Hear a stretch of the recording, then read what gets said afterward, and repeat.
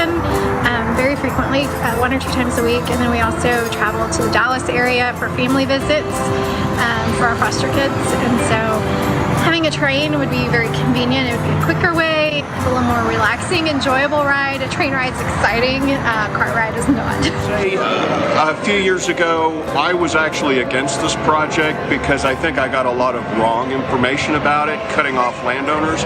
And a few years back, I started working in Europe, in south of France and in Spain, and I ride the trains in Europe all the time, and it's amazing. It's so easy. But I could just walk up and buy a ticket to my destination, first class. I have Wi-Fi access, and I want to know why I can't do that on this side of the Mississippi River. I want to take it. I can't stand sitting in traffic on 45, and I want to be able to get to Houston in 90 minutes. I want to go down there and shop for the day. I want to visit friends, and then I want to come back home to Dallas.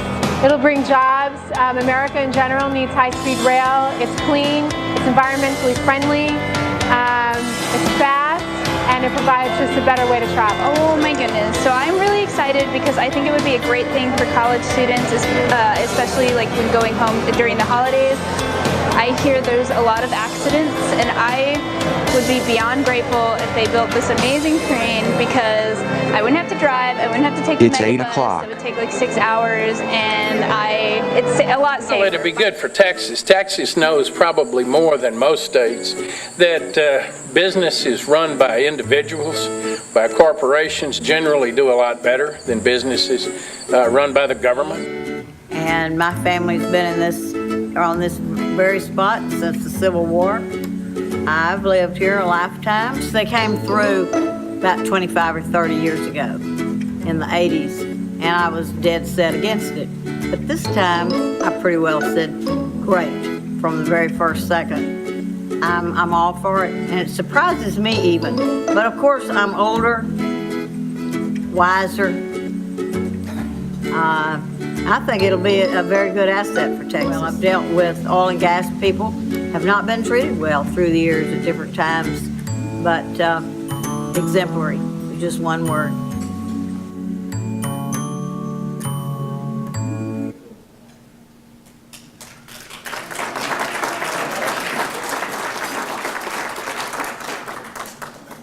And just like on TV, you get back-to-back commercials.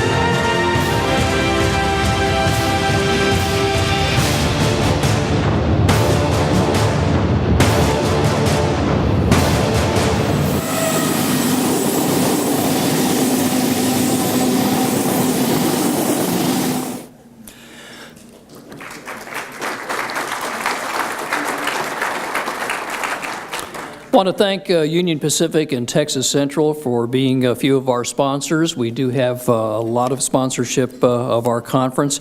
It really is the only way that we derive funds to do our projects each year through Texas Rail Advocates. We are not a membership or dues organization, so we do rely a lot upon sponsorships to get our projects through. I want to recognize some of our TRA board members who are here tonight, but first I want to recognize our new executive director, Austin-based Chris Lippincott. Chris, where are you at? Raise your hand, please. There we go.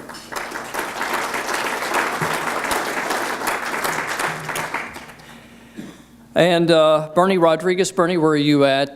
Thank you for putting together this conference. She does a bang-up job every year.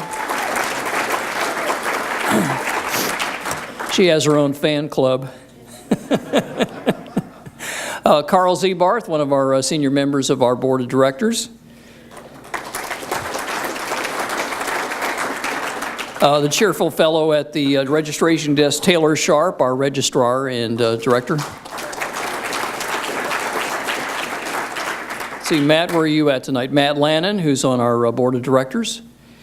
I might have stepped out. George Blount. George. There you go.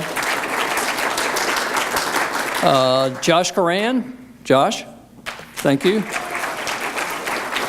Rick Reynolds. Rick, you're here.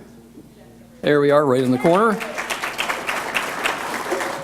Board member who is not present tonight is John Radovich. He's at a private car function up in French Lick, Indiana.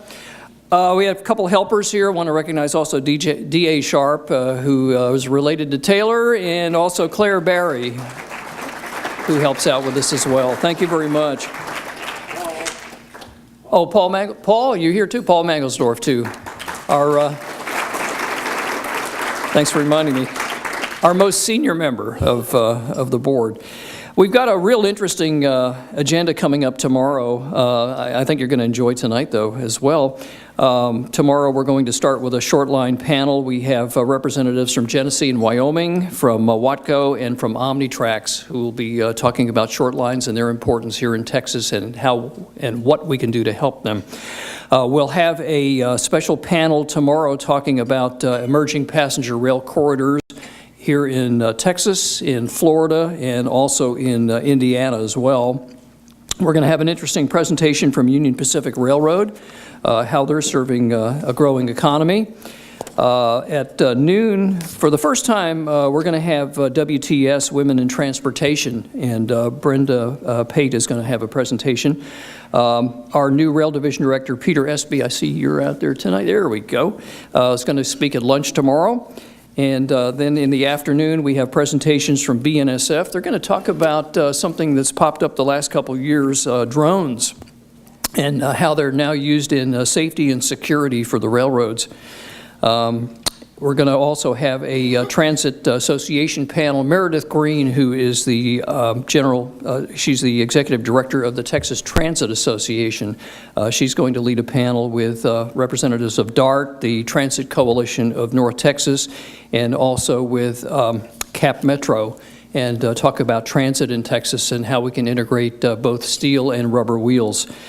And last but not least, Steve Clark, who has some very entertaining presentations in the past, is going to talk about future of rail in 2050. So we hope you stick around for that, because we're going to do our drawing again at the end of the session tomorrow afternoon for a couple of $100 bills.